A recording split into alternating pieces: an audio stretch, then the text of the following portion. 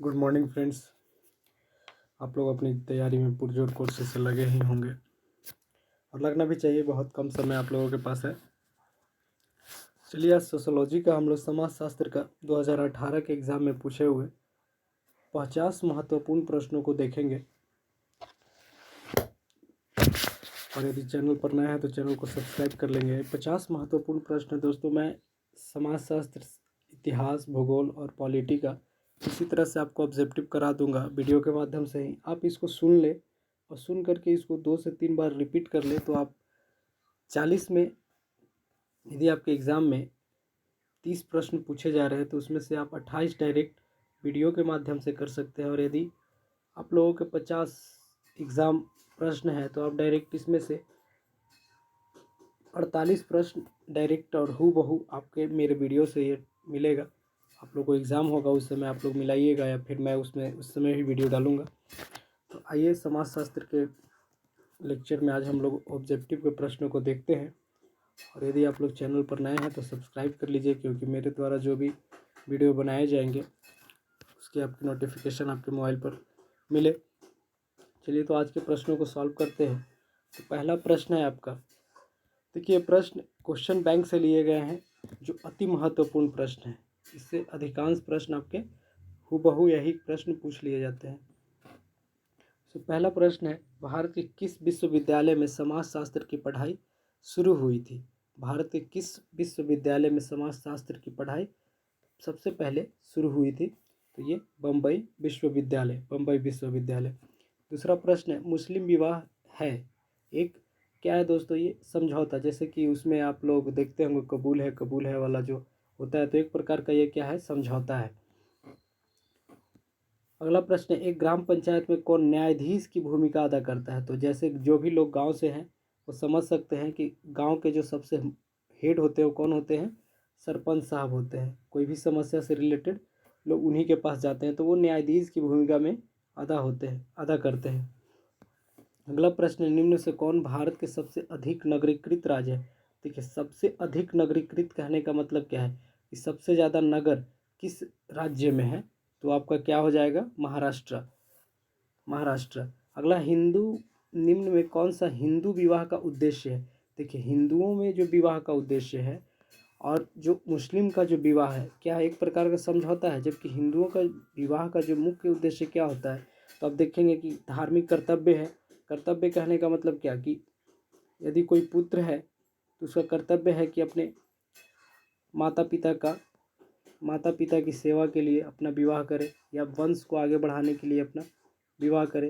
दूसरा है पुत्र की प्राप्ति और तीसरा रीति जो चले आ रहे हैं, परंपराएं हैं। तो इसका आंसर क्या हो जाएगा? डी। इसका आंसर डी। अब आगे चलते हैं। 6 नंबर प्रश्न है, निम्न से किसको नगरीकरण बढ़ावा देती है? किसको नगरीकरण बढ़ावा देती है? देखिए, नगरीकरण में क्या हो जाएगा, जैसे ही गांव है तो गांव में लोग एक दूसरे को जान पहचान रहे हैं। गांव में क्या करते हैं, एक लोग दूसरे को जान पहचान लेते हैं। पर शहर में क्या है, गुमनामीता है। आपके ऊपर वाले फ्लैट में कोई रह रहे, नीचे में क्या हुआ किसी को कुछ मतलब नहीं, भीड़ बहुत ज़्यादा है, प्रदूषण की समस्या है। तो इसका आंसर क्या हो जाएगा आपका? डी। नगरीकरण क्या बढ़ावा देती है? तो गुमनामीता, भीड़, प्रदूषण। अगला प्रश्न है कि चाची नातेदारी के किस श्रेणी के अंतर्गत आती है? तो ये द्वितीय श्रेणी। मैंने पहले ही बताया था कि जिसका अपना संबंध हो, जैसे पिता, माता, अपना भाई और बहन, ये चारों क्या हो जाएंगे? प्राथमिक श्रेणी के हो जाएंगे। और जैसे पिता का भाई, ये क्या हो जाएंगे? द्वितीय श्रेणी के हो जाएंगे। और ये पिता के भाई के बेटा, ये क्या हो जाएगा? तृतीय श्रेणी के अंतर्गत आ जाएगा। तो ये प्रथम, द्वितीय और तृतीय श्रेणी के अंतर्गत आप लोग भी छाड़ सकते हैं। किस समाज में हठ विवाह का प्रचलन है?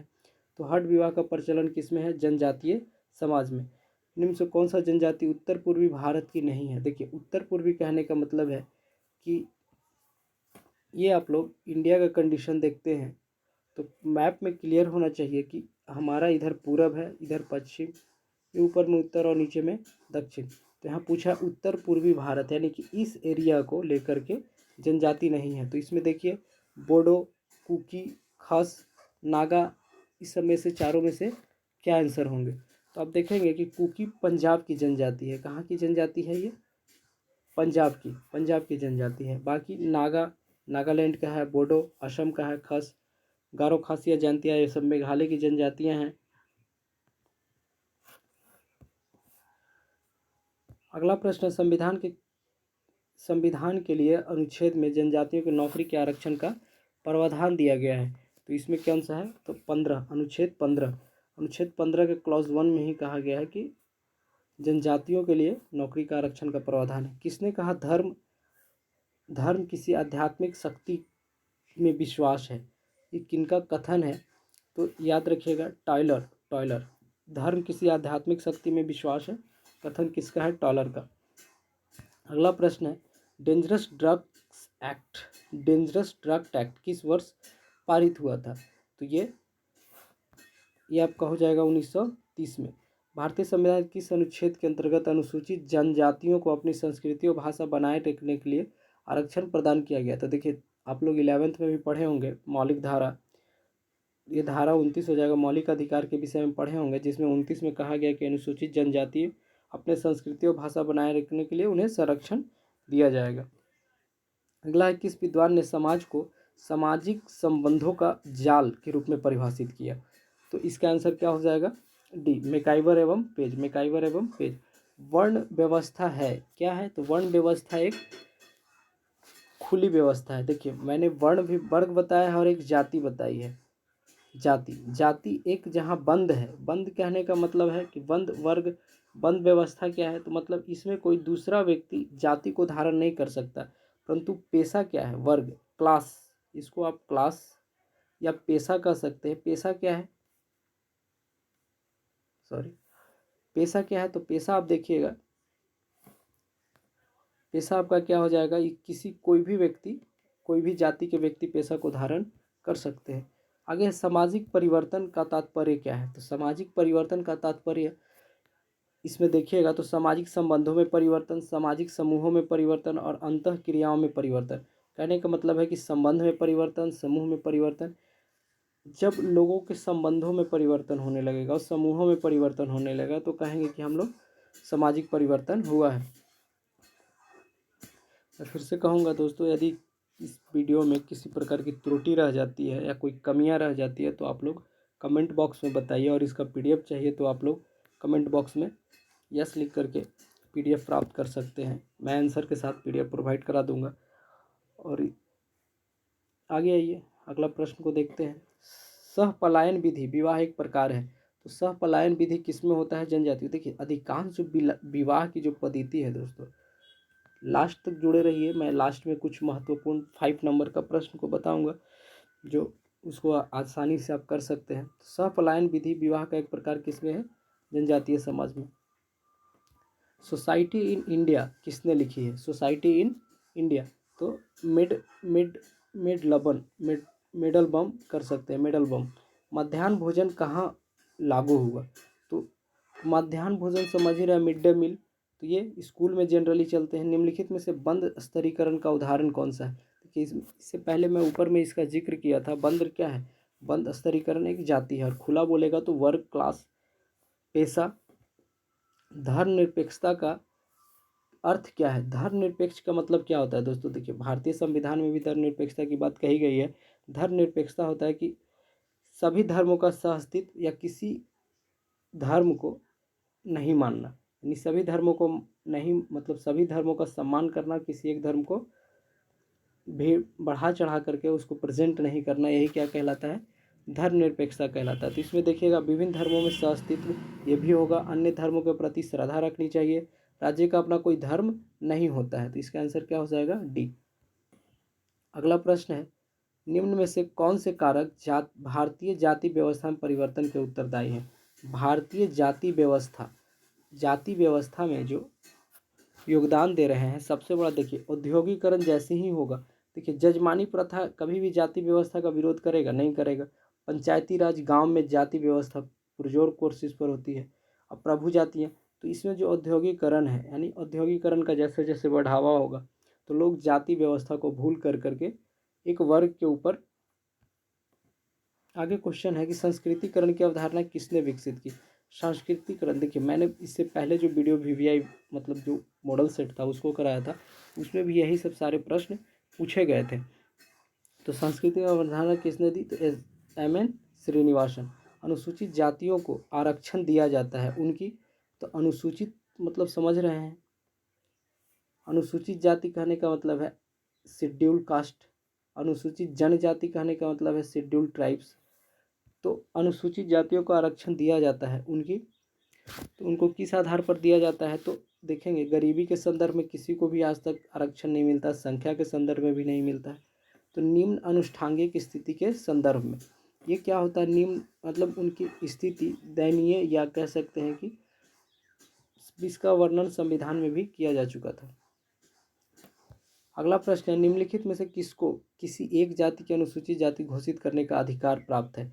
देखिए कोई भी जाति को अनुसूचित, ये इंपॉर्टेंट क्वेश्चन है, इसको कर लीजिएगा। किसी भी जाति को कोई भी अनुसूचित जाति घोषित कैसे किया जाएगा, तो ये कौन करेंगे, भारत के राष्ट्रपति। ठीक है, भारत के राष्ट्रपति। अगला प्रश्न है, मंडल आयोग के अध्यक्ष कौन थे। मंडल आयोग के अध्यक्ष बिंदेश्वरी प्रसाद मंडल।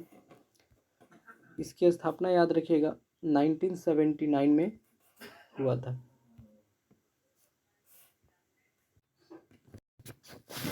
अगला प्रश्न है, पश्चिमीकरण की अवधारणा किसने विकसित की थी। पश्चिमीकरण की अवधारणा किसने विकसित की। देखिए पश्चिमीकरण होता क्या, इसका आंसर है श्रीनिवासन। पश्चिमीकरण यानी कि जो पश्चिम के देश हैं, पश्चिम के देश हैं, जैसे कि पश्चिम के देश कौन कौन से हो गए आपके, जितना रसिया ले लेंगे, ब्रिटेन, अमेरिका, ये सब क्या हो गया, पश्चिमी देश है। तो वहाँ के जो सभ्यता को हम लोग अपनाएं, वहाँ के सभ्यता को अपनाएं, ये सिद्धांत आखिर अवधारणा किसने विकसित की, तो श्रीनिवास। अगला प्रश्न है, निम्नलिखित में से किसने सामाजिक परिवर्तन में विचारों की भूमिका पर बल दिया। सामाजिक परिवर्तन के विचारों में भूमिका पर बल दिया, तो इसका आंसर क्या हो जाएगा, मैक्स वेबर। निम्नलिखित में से कौन सामाजिक स्तरीकरण का रूप नहीं है। सामाजिक स्तरीकरण, देखिए इसमें धर्म, वर्ग, जाति, लिंग, इसमें चारों ऑप्शन दिया हुआ है। तो चारों ऑप्शन में इसमें जो सबसे बड़ा सामाजिक स्तरण का रूप नहीं होगा वो क्या हो जाएगा, आपका जाति। सोशल चेंज शब्दावली का प्रयोग सर्वप्रथम किसने किया। सोशल चेंज शब्दावली का प्रयोग सर्वप्रथम किसने किया, तो हार्वर्ड स्पेंसर। सोशल चेंज, देखिए ये सब डायरेक्ट क्वेश्चन रटने ही पड़ेंगे, इसमें कुछ समझने वाली चीज़ नहीं है। अब अवधारणाएं किसने विकसित की, सामाजिक परिवर्तन विचार की भूमिका किसने दिया, तो ये सब चीज़ों को आपको रटना ही पड़ेगा। सोशल चेंज शब्दावली का प्रयोग सर्वप्रथम किसने किया, हार्वर्ड स्पेंसर। अगला क्वेश्चन है, समाजशास्त्र के जनक के रूप में किसे माना जाता है। समाजशास्त्र के जनक, देखिए ये इंपॉर्टेंट प्रश्न है, समाजशास्त्र के जनक के रूप में किसे माना जाता है, तो इसका आंसर क्या हो जाएगा, काम्टे। अगला, हिंदुओं में विवाह के कितने स्वरूप माने गए हैं, तो इसमें 8 प्रकार के विवाह का वर्णन किए गए हैं, 8 प्रकार के विवाह का वर्णन किए गए हैं।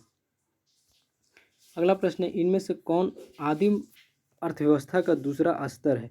आदिम अर्थव्यवस्था का दूसरा स्तर है, तो इसका आंसर क्या हो जाएगा, कृषि स्तर। देखिए आदिम मतलब मनुष्य की अर्थव्यवस्था, आदिम मतलब सीधे समझिए मनुष्य, तो मनुष्य की अर्थव्यवस्था का दूसरा सबसे बड़ा स्तर क्या है, कृषि स्तर। सबला स्कीम केंद्रित है, तो सबला स्कीम किसके लिए लाई गई है, तो ये ज़्यादातर किसके लिए लाई गई है दोस्तों, ये देखेंगे तो सभी हो जाएगा, मातृत्व लाभ, किशोरियों और असहाय महिलाओं के लिए। किसने लैंगिक असमानता के 7 प्रकार का उल्लेख किया है। लैंगिक असमानता का 7 प्रकार का उल्लेख किया है, तो इसका आंसर अमर्त्य सेन भारतीय वैज्ञानिक थे, इनको नोबेल भी मिला था 1969 में। अमर्त्य सेन को अर्थव्यवस्था के क्षेत्र में इनको मिला था। अगला प्रश्न है कि परिवीक्षा विवाह का एक प्रकार है, तो मैंने पहले भी बताया कि देखिए विवाह से कुछ भी रिलेटेड आए, यदि नहीं आए तो जनजातीय मार के आ जाइए, जनजातीय समाज। समाजशास्त्र की उत्पत्ति किन भाषा से हुई है, तो समाजशास्त्र की उत्पत्ति आपकी लैटिन एवं ग्रीक भाषा से हुई है। भारत में विवाह और परिवार किसने लिखे। भारत में विवाह और परिवार किसने लिखी, ये एक पुस्तक है, इसको आप लोग याद करके रखें। सी के कपाड़िया। शहरीकरण का लक्षण है, क्या है इसमें? देखेंगे कि व्यापार में विकास, एक शहर के चारों ओर केंद्रों का विकास, और क्या है इसमें? ग्रामीण से शहरी प्रवसन। प्रवसन मतलब एक जगह से उठ करके दूसरे जगह लोग जो जाते हैं उसी को प्रवसन कहा जाता है। तो इसका आंसर क्या हो जाएगा? उपयोग सभी। अगला प्रश्न है, निम्नलिखित में से किसे शारदा एक्ट कहा जाता था? देखिए, इसी प्रश्न को पूछा जा सकता है कि शारदा एक्ट किससे संबंधित या किस लिए लाया गया था। तो जनरली ये बाल विवाह एक्ट था, ये बाल विवाह एक्ट था। अगला प्रश्न है, अल्पसंख्यक है एक क्या है? तो अल्पसंख्यक क्या है? एक प्रकार की राजनीतिक संकल्पना है। अल्पसंख्यक कहा किन्हें जाता है? जिनकी मात्रा कम हो। जैसे भारत में देखा जाए तो सिख, जैन, मुस्लिम धर्म, ये सब क्या है? अल्पसंख्यक है। आगे प्रश्न, निम्न में से कौन सा एक वर्ग नहीं है? देखिए, कौन सा एक कास्ट नहीं? देखिएगा, डॉक्टर, ब्राह्मण, वकील, शिक्षक। तो इसमें जो ब्राह्मण है क्या है? ब्राह्मण एक जाति है, जबकि बाकी सब क्या है? एक वर्ग है। अगला प्रश्न है, पंचायती राज संस्थाओं निम्नलिखित में से कौन सा निम्नतम इकाई है, सबसे छोटी? देखिए, पंचायती राज से संबंधित मैंने बताया था कि बलवंत राय मेहता